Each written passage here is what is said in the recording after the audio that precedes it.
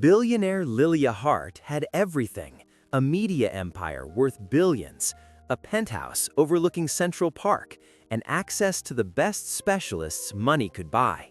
But none of it could help her reach her own daughter. For years, 7-year-old Sophie lived behind a wall no one could break through, until a black single father working as a caterer did something no expert had ever tried. That morning, Stephen Randy woke before his alarm. The radiator in his Brooklyn apartment clanked against the winter cold, and somewhere outside, a car horn blared. He lay still, counting the cracks in the ceiling the way he did every morning since Angela died 3 years ago. A soft thud came from the next room. Jaden was awake. Stephen found his son sitting on the edge of the bed, hands clamped over his ears, body rocking in a tight rhythm. The garbage truck outside was grinding through its morning route. To Jaden, those sounds hit like physical blows. Stephen knelt in front of him and held up 3 fingers, then 2, then 1. When he reached 0, he pressed his palm gently against Jaden's chest. Steady pressure, no words. This was how they spoke to each other when the world became too loud. 12 minutes later, Jaden lowered his hands. His brown eyes found his father's face, and something close to a smile crossed his lips. Getting dressed was a careful ritual. Stephen chose shirts without tags, socks without seams, pants with soft, elastic waistbands. Breakfast was plain oatmeal at room temperature, served in the blue bowl because the red one made Jaden cry for reasons neither of them could explain. These details weren't preferences, they were survival. Stephen was washing the dishes when his phone buzzed. A text from his lawyer, Dorothy. Filed. Court date in 3 weeks. Call me. His hands went still in the soapy water. Dorothy was Angela's mother. 6 months ago, she had looked Stephen in the eye and told him she was suing for custody of Jaden. She believed he couldn't provide what her grandson needed. Not enough money, not enough time, not enough of whatever it was she thought a child like Jaden required. Stephen looked at his son, who was arranging his oatmeal into a perfect spiral before taking the first bite. Everything Stephen did now would be examined, questioned, used against him in a courtroom. Every choice he made for Jaden could be twisted into evidence of his failure. He couldn't think about that now. He had a shift to work, and the catering company didn't care about custody battles. He dropped Jaden at his specialized school, kissed the top of his head, and took the train into Manhattan. Lilia Hart stood in the windows of her penthouse office, watching the city wake up 47 floors below. Her reflection stared back at her, tailored suit, perfect posture, the face that Fortune magazine had called unreadable. She had built Hart Media from a single local news station into a $4.7 billion empire. She had survived a divorce, a hostile takeover attempt, and a board that questioned every decision she made. None of it had prepared her for this morning. Her assistant's voice came through the intercom. "Miss Hart, Dr. Patterson is asking if you can join Sophie's session." Lilia checked her schedule. She had 10 minutes before her next call. "I'm coming." The sensory room had cost $200,000 to design. Padded walls, adjustable lighting, specialized equipment that was supposed to help Sophie process the world without falling apart. Lilia watched through the observation window as her daughter sat in the corner, tracing the same pattern on the floor over and over, while the therapist spoke in a carefully modulated voice. Sophie didn't look up. She never looked up anymore. Lilia entered the room and knelt at the prescribed distance. The rules said she couldn't touch Sophie unless Sophie initiated contact. The rules said she had to wait, to be patient, to let her daughter come to her. Lilia had never been good at waiting. "Good morning, sweetheart," she said softly. Sophie's fingers kept moving. Trace, trace, trace. The same pattern, the same silence. Lilia's phone buzzed in her pocket. The conference call was starting. She stood, smoothed her jacket, and walked toward the door. She was almost through it when her brother appeared. Richard was 2 years younger and had spent his entire career in her shadow. As vice president of Hart Media, he handled the details she didn't have time for. He was good at details, sometimes too good. "The gala tonight," he said, matching her stride as she walked toward her office. "We need Sophie there. No, the board is asking questions, Lilia. The canceled appearances, the rumors about Sophie's condition, they're wondering if you can manage your own family." Lilia stopped walking. She turned to face him, her expression flat. "Are they wondering, or are you helping them wonder?" Richard's smile didn't waver. "I'm trying to protect you. One appearance, one photo of you and Sophie looking happy together. That's all it takes to make this go away." She studied him for a long moment. Richard had always wanted her position. He'd been patient about it, building alliances, waiting for her to stumble. She had always known this. She just hadn't expected him to use her daughter as leverage. But she was tired. Tired of fighting the board, the press, the endless specialists who couldn't tell her why her daughter was slipping further away every day. "Fine," she said, "but I control the environment. Limited press, soft lighting, 20 minutes maximum." Richard was already typing on his tablet. "I'll handle everything." Then, the Hart Foundation Gala was the kind of event Stephen only saw in photographs. Crystal chandeliers, ice sculptures, women wearing jewelry that cost more than his apartment building. His job was to set up service stations, stay out of sight, and avoid making eye contact with anyone important. The catering company had been very clear about that last rule. He was arranging champagne glasses in a service corridor when the screaming started. At first, he thought someone was hurt, an accident maybe, or a medical emergency. But as the sound continued, rising and falling in jagged waves, something in his chest tightened with recognition. He knew that frequency of distress. He had heard it from Jaden 100 times. He pushed through the service door into the ballroom. A small girl in a white dress was on the floor near the stage, thrashing against the marble. A woman in medical scrubs tried to hold her arms down. Security guards shouted at the crowd to step back. And in the center of it all, frozen under the blazing lights, stood Lilia Hart. Stephen watched as another specialist approached, speaking loudly and firmly, trying to cut through the girl's panic. But every word, every touch, every flashing camera was making it worse. The girl's nervous system was drowning in input, and everyone who tried to help was pushing her deeper under. Security was moving through the crowd now, clearing a perimeter. One of them spotted Stephen in his catering uniform and started toward him. Stephen was already walking. He didn't run. Running would add to the chaos. He moved steadily toward the girl, ignoring the guard's commands, ignoring the gasps from the crowd, ignoring everything except the small figure on the cold marble floor. 10 feet away, he sat down, cross-legged, back slightly turned, making himself small and unthreatening, just a presence at the edge of her storm. He began to count, low and steady, the same tone he used with Jaden. 10, 9, 8, 7.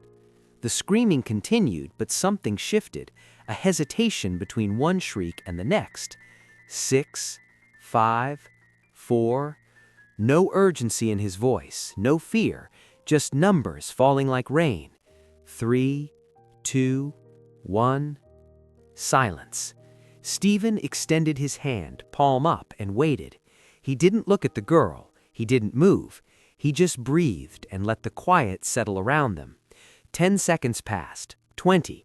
The ballroom held its breath. Then small fingers closed around his. Stephen turned slowly. The girl was staring at him with red-rimmed eyes, her chest still heaving, but the panic had drained from her face. In its place was something that looked almost like wonder, like she had finally found someone who spoke her language. Footsteps approached behind him, security guards ready to drag him away from the billionaire's daughter. "Stop." The voice was cold and commanding. Lilia Hart walked forward, her heels clicking against the marble. She looked at Stephen, then at her daughter's hand wrapped around his, then at the calm that had settled over Sophie's face for the first time in months. "What's your name?" "Stephen Randy, ma'am." Lilia's gaze moved to her brother, who was watching from the edge of the crowd with an expression Stephen couldn't read. Then back to Stephen. "My office, tomorrow morning, 9 a.m. She turned to Richard. "Clear the room. The gala is over." Richard's jaw tightened, but he nodded and began directing security.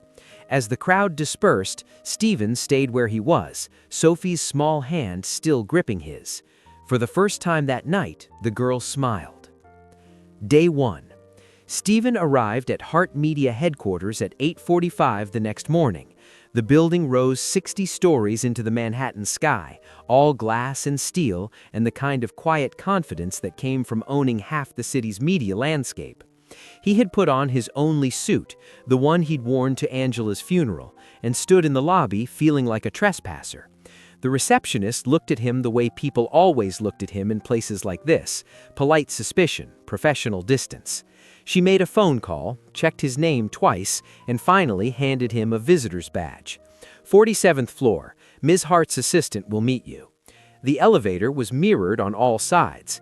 Stephen watched his reflection multiply into infinity and tried not to think about how out of place he looked. Lilia's assistant led him through a maze of glass-walled offices where people in expensive clothes pretended not to stare. At the end of the hallway, a set of double doors opened into an office the size of his entire apartment.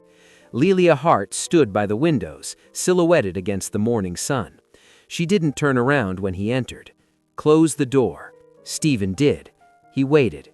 "I had my team research you last night," Lilia said, still facing the windows. Stephen Randy, 38 years old, widowed 3 years ago. One son, aged 6, enrolled in a specialized program for children with sensory processing disorders, currently employed by Elite Catering Services at $14.50 an hour. She turned to face him. "You're also being sued for custody by your mother-in-law. Court date in 3 weeks." Stephen felt his jaw tighten. "You've been thorough." "I'm always thorough." Lilia walked to her desk and sat down. "What you did last night with my daughter, where did you learn that?" "I didn't learn it anywhere. I just know what it's like to have a kid who feels too much. The specialists I've hired have degrees from Harvard, Johns Hopkins, Stanford. They've published papers. They've won awards." Lilia's voice was flat, controlled. "None of them have ever been able to do what you did in 30 seconds. Stephen didn't know what to say to that, so he said nothing.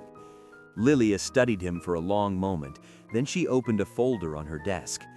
"I'm prepared to offer you a position as Sophie's personal care assistant. The salary would be 10 times what you're currently making. Full benefits, flexible hours. You would have access to resources most people can't imagine." Stephen thought about his empty bank account. He thought about the lawyer's fees piling up, the court date looming, Dorothy's accusations that he couldn't provide for Jaden. This offer could solve everything. "No," he said. Lilia's eyebrows rose a fraction of an inch. "No, I can't take care of your daughter and mine at the same time. And if I spend all my time here, that's exactly what Dorothy will use against me in court." Stephen shook his head. "I'm sorry, I can't." For the first time since he'd entered the room, something shifted in Lilia's expression. Not warmth exactly, but recognition, like she was seeing him clearly for the first time. "What if you didn't have to choose?" she said. "What if you brought your son here?" Stephen frowned. "What do you mean?" "Sophie has never connected with anyone the way she connected with you last night. I don't know why, and frankly, I don't care why. I just know that I need whatever it is you have." Lilia leaned forward. "Bring Jaden with you. Let him spend time with Sophie. I'll provide tutors, therapists, whatever he needs, and I'll give you access to my legal team for your custody case." It was more than generous. It was almost suspicious. Stephen had learned a long time ago that people like Lilia Hart didn't give anything away for free. "Why would you do that?" he asked. Lilia's mask slipped, just for a second. Underneath it, Stephen saw something that looked like exhaustion, like desperation. "Because I've tried everything else," she said quietly, "and nothing has worked." The first week was strange for everyone. Stephen brought Jaden to the Hart penthouse every morning, navigating a world of marble floors and priceless artwork that made both of them nervous. Sophie's team of specialists watched him with barely concealed skepticism. The nannies whispered to each other when they thought he couldn't hear. Richard Hart stopped by twice, asking pointed questions about Stephen's qualifications and methodology that felt more like interrogations than conversations. But none of that mattered when Stephen watched Jaden and Sophie together. The two children didn't interact at first. They existed in parallel, occupying the same space without acknowledging each other. Jaden sat in one corner of the sensory room, arranging blocks in precise patterns. Sophie sat in another corner, tracing her endless shapes on the floor. They didn't speak, they didn't look at each other, and yet something was happening between them. Stephen could feel it, could feel a kind of silent communication that didn't require words. On the fourth day, Sophie stood up and walked across the room. She stopped in front of Jaden and held out her hand. In her palm was a small gray stone, smooth and round, the kind you might find at the bottom of a riverbed. Jaden looked at the stone. He looked at Sophie. Then, very slowly, he reached out and took it. It was the first time Sophie had voluntarily given anything to anyone in over a year. "Sit." Lilia watched through the observation window, her arms crossed, her face unreadable. Stephen stood beside her, saying nothing. "She's never done that before," Lilia said finally. "Not with the therapists, not with the nannies, not with me." Stephen understood what she wasn't saying, the rejection, the years of trying to reach a daughter who seemed to exist behind glass, visible but untouchable. "It's not about you," he said. "Jaden gets it because he feels the same thing she feels. The world is too loud for both of them, too bright, too much."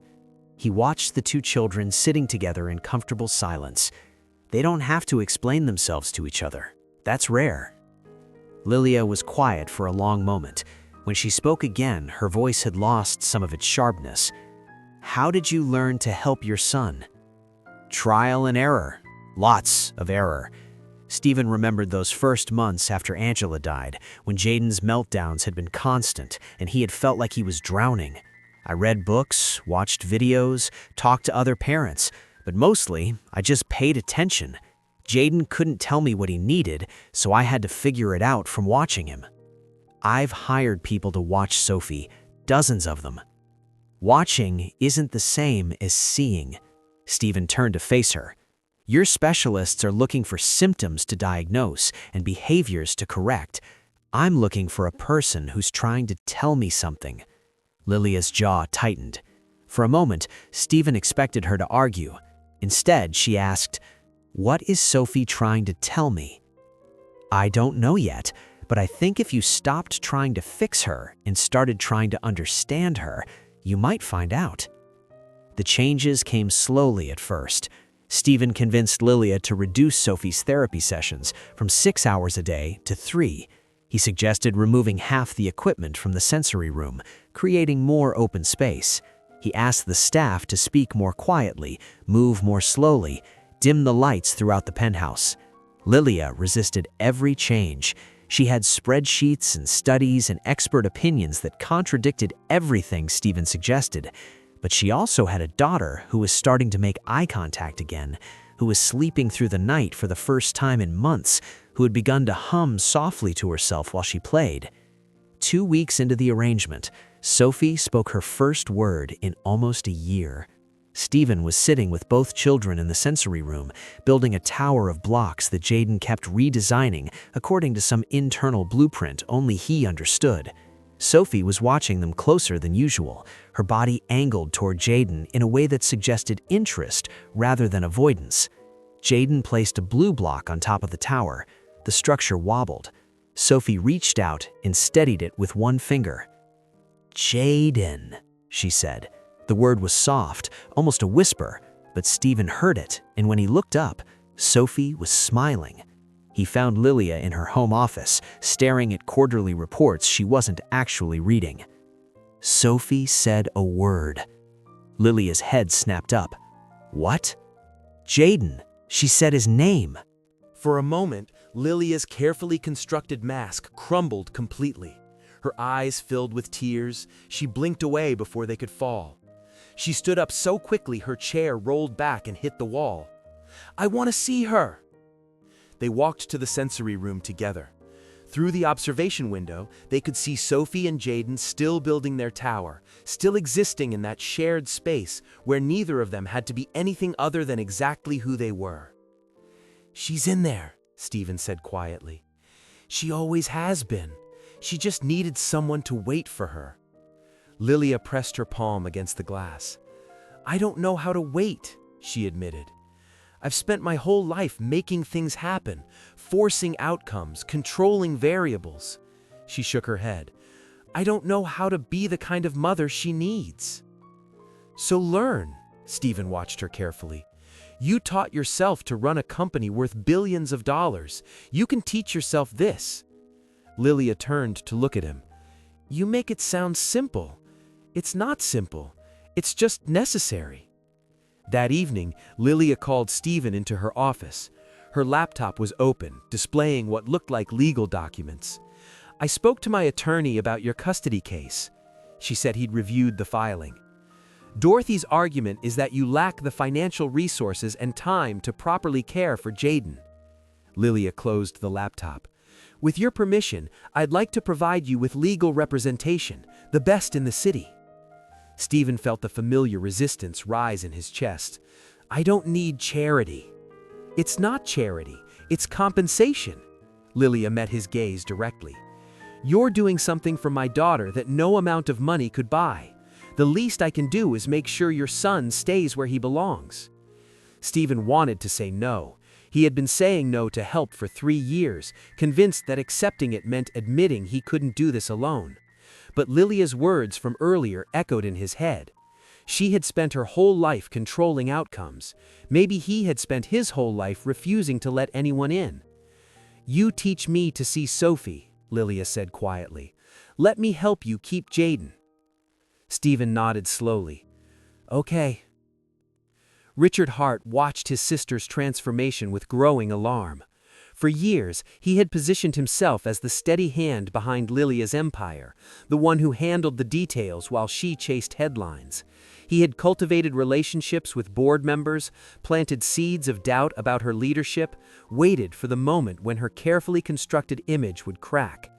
Sophie had been the key, a daughter Lilia couldn't control, couldn't fix, couldn't hide from the public eye. Every failed therapy, every canceled appearance, every whispered rumor about the Hart heir's condition had weakened Lilia's position. Richard had even helped things along quietly, replacing competent specialists with ones he knew would fail, ensuring that Sophie's struggles remained visible and constant. Now, somehow, a catering worker from Brooklyn was undoing all of it. Richard made some phone calls. He learned about Stephen's custody battle. He obtained Dorothy's contact information, and one afternoon, while Lilia was in meetings and Stephen was with the children, he picked up the phone. "Mrs. Randy, this is Richard Hart. I believe we have some mutual interests to discuss." 2 weeks. After Stephen began working with Sophie, Richard announced that Hart Media would be hosting a special segment on childhood developmental disorders. The foundation would highlight its charitable work. Sophie would make a brief appearance to demonstrate the company's commitment to families facing similar challenges. Lilia refused immediately. "Absolutely not. She's not ready. The board is expecting this," Richard said smoothly. "We've already announced it to the press. Canceling now would raise exactly the kind of questions we've been trying to avoid." Stephen watched the exchange from across the room. Something about Richard's insistence felt wrong, calculated in a way he couldn't quite identify. "I don't like this," he said quietly to Lilia after Richard left. "Neither do I, but he's right about the board." Lilia rubbed her temples. "If I back out now, they'll use it as evidence that I can't handle the pressure. Richard's been building that narrative for months." "Then let me be there. Let me stay close to Sophie during the segment." Lilia nodded slowly. "I'll make sure you have access." The day of the broadcast, everything felt wrong. The segment was supposed to be filmed in Hart Media's main studio, a controlled environment with soft lighting and limited personnel. But when Stephen arrived with Sophie that morning, he found the location had been changed. They were now filming in a smaller studio on a different floor, one with harsh overhead lights and a crowd of technicians preparing equipment. "There's been a mix-up with scheduling," Richard explained, appearing at Lilia's side. "This was the only space available." Lilia's eyes narrowed. "This wasn't what we agreed to." "I'm handling it." Richard's smile was thinned. "Trust me." Stephen knelt beside Sophie, who was already starting to show signs of distress. Her hands were clenching and unclenching. Her breathing had quickened. "We need to get her out of here," he said to Lilia. But it was too late. The cameras were already rolling. Bright lights flooded the small space. A producer was counting down. Richard had positioned himself near the security team, blocking the exit. Sophie's first scream cut through the studio like a knife. Stephen moved toward her, but 2 security guards stepped into his path. "Sir, you need to stay back." "Get out of my way." He tried to push past them. "She needs help." "Sir, we're going to have to ask you to leave the set." Sophie was on the floor now, thrashing against the hard concrete, surrounded by strangers who were doing everything wrong. Someone grabbed her arm. Someone else shouted for medical assistance. The cameras kept filming. Stephen watched helplessly as the girl he had spent weeks reaching fell apart in front of him. In the chaos, Sophie broke free from the people trying to restrain her. She ran toward the exit, tripped over a cable, and fell hard against the edge of a metal equipment cart. Blood bloomed from a cut on her forehead. The cameras captured everything. The aftermath was swift and brutal. Dorothy's lawyer filed an emergency motion that afternoon, citing the incident as evidence of Stephen's priorities. He was spending his time caring for a billionaire's child, while his own son's needs went unmet.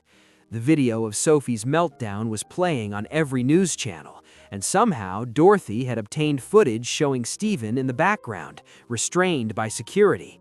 Unable to help either child, the judge granted temporary custody to Dorothy pending a full hearing. Stephen had 48 hours to transfer Jaden to his grandmother's care.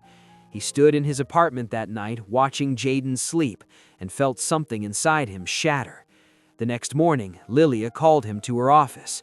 Her face was pale, her usual composure cracked. "The board is demanding I distance myself from you," she said. "They're calling yesterday's incident a PR disaster. Richard is pushing for a vote of no confidence in my leadership." Stephen understood what she was saying. "You're letting me go. I have to protect Sophie. I have to protect the company." Lilia wouldn't meet his eyes. "I'm sorry, Stephen. I truly am." He looked at this woman who had promised to help him, who had seen his son as a solution to her problems, who was now discarding him the moment he became inconvenient. "You're not protecting Sophie," he said quietly.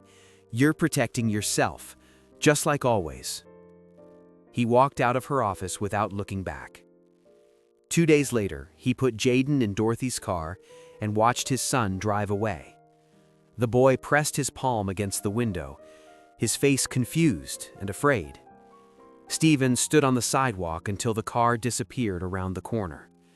Then he went back inside his empty apartment, sat down on his son's bed, and stared at the wall. Sophie stopped speaking the day after Stephen left. She stopped eating. She stopped sleeping through the night.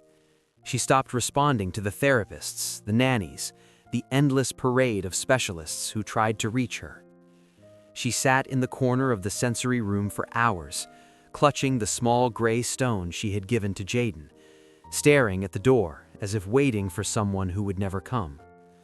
Lilia watched her daughter retreat into silence and felt the full weight of what she had done. On the 3rd day, she couldn't take it anymore. She dismissed the staff, locked herself in her home office, and began going through every document related to Sophie's care over the past 2 years. Something Stephen had said kept echoing in her mind. The specialists she had hired, the ones who kept failing, the ones who made things worse instead of better.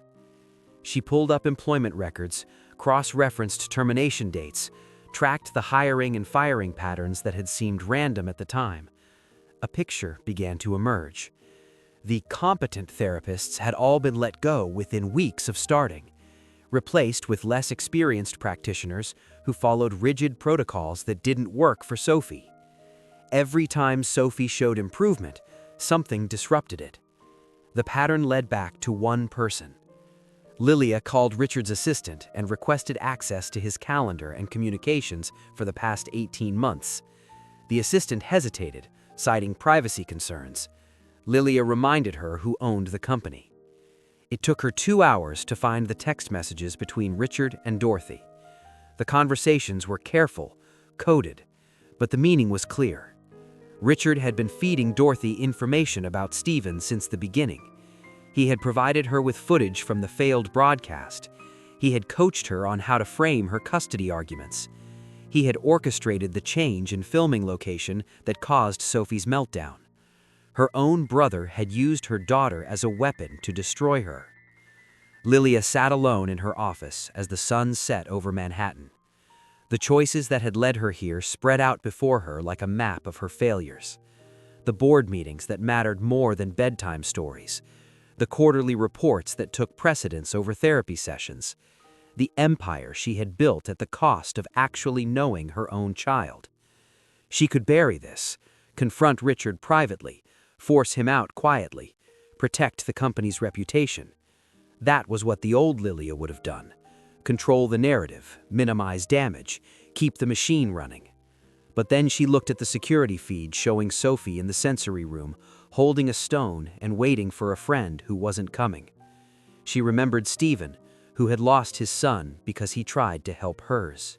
All the years she had chosen power over connection, control over trust, came crashing down on her at once. Lilia picked up her phone and called Stephen. "Hey." He almost didn't answer. Stephen was lying on Jaden's bed, surrounded by his son's toys and books, and the lingering smell of the laundry detergent they both used. He had been there for 3 days, leaving only to use the bathroom and drink water. He wasn't sure he would ever get up again. The phone rang 6 times before he finally reached for it. "I found something." Lilia's voice was different than he had ever heard it, stripped of its usual armor. "I need you to see it. I don't work for you anymore. This isn't about work, it's about what really happened." She took a breath. Richard orchestrated everything. The location change, the security team that blocked you. He's been working with Dorothy for months. Stephen sat up slowly. "What?" "I have the messages. I have proof." Lilia's voice cracked slightly. "I know you have no reason to trust me. I know I failed you when it mattered most, but I need your help to make this right." Stephen closed his eyes. Part of him wanted to hang up, to let Lilia Hart clean up her own mess the way she always did. But another part of him remembered Jaden in Dorothy's house, confused and scared and separated from the routines that kept him stable. He remembered Sophie alone and silent, clutching a stone. "What do you want me to do?" he asked. The emergency board meeting was scheduled for the following morning. Lilia had spent the night preparing her case. She had printouts of Richard's communications with Dorothy, timeline documentation showing how he had systematically undermined Sophie's care, records of the specialists he had secretly dismissed before they could make progress. She had enough evidence to end his career and potentially pursue criminal charges. What she didn't have was certainty about what came next.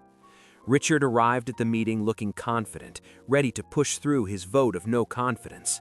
He had positioned himself as the steady alternative to his unstable sister, the one who could lead Hart Media without the distraction of personal problems.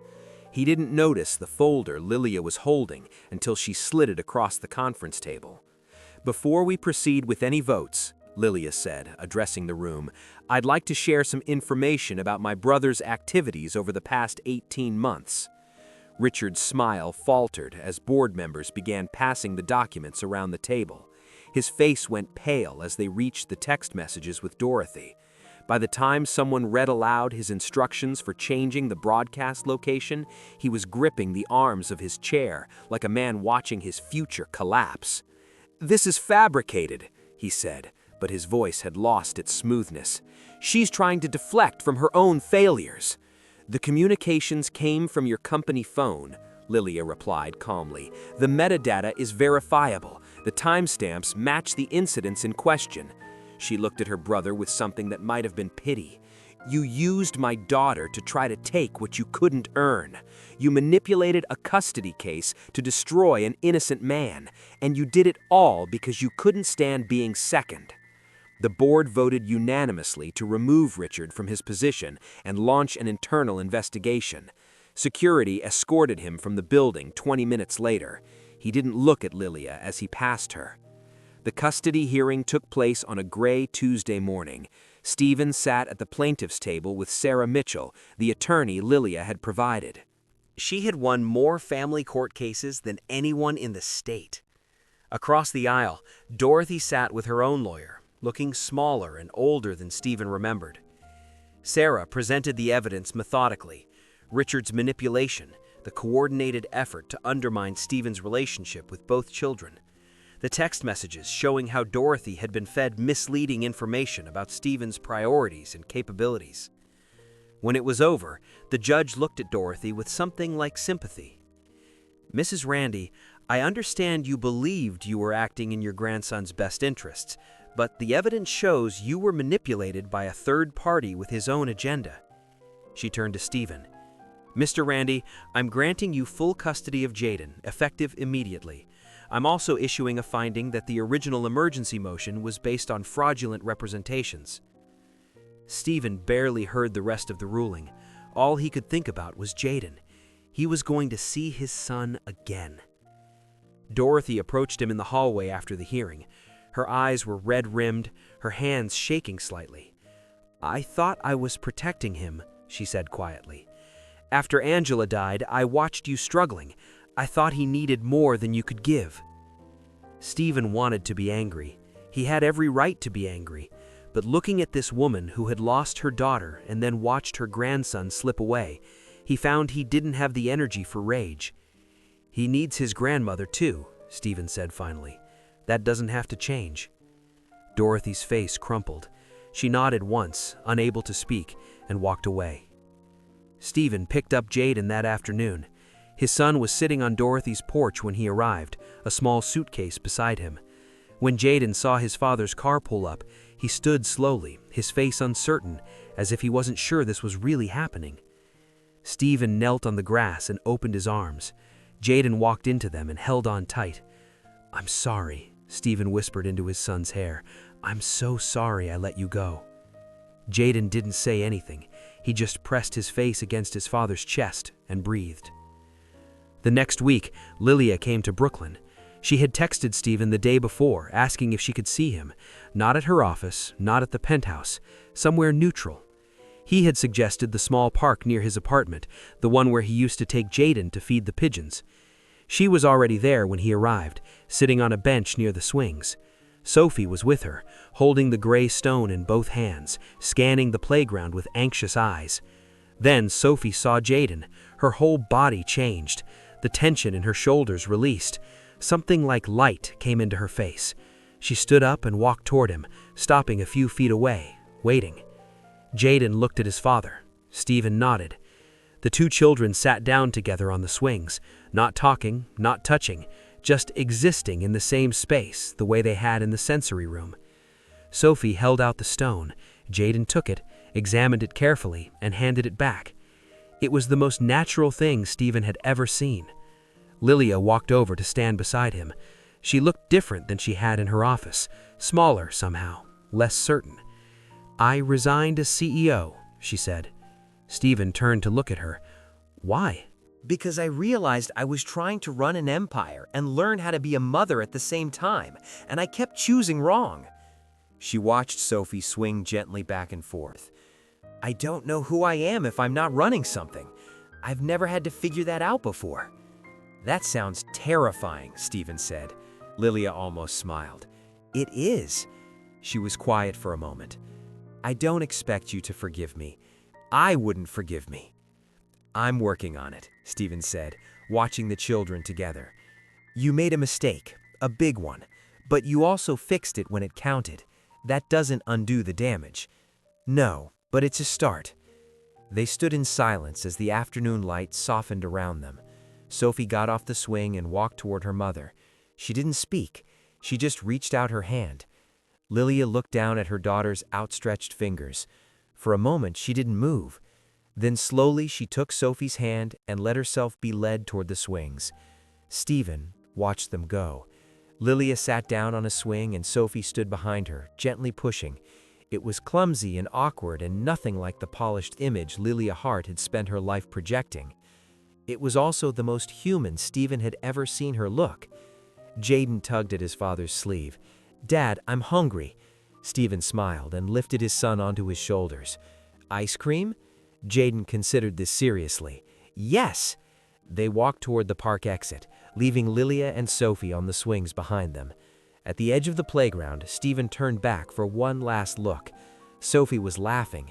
It was soft and uncertain, like she had forgotten how and was just remembering. Lilia was laughing too, tears streaming down her face. Two families, two different worlds, both broken in their own ways, both learning to heal. Not a fairy tale ending, not everything fixed and perfect and tied up with a bow. Just two fathers and two children who had found something real in the most unexpected places. Stephen turned away and carried his son toward home. Sometimes healing doesn't come from the people with the most degrees or the biggest budgets.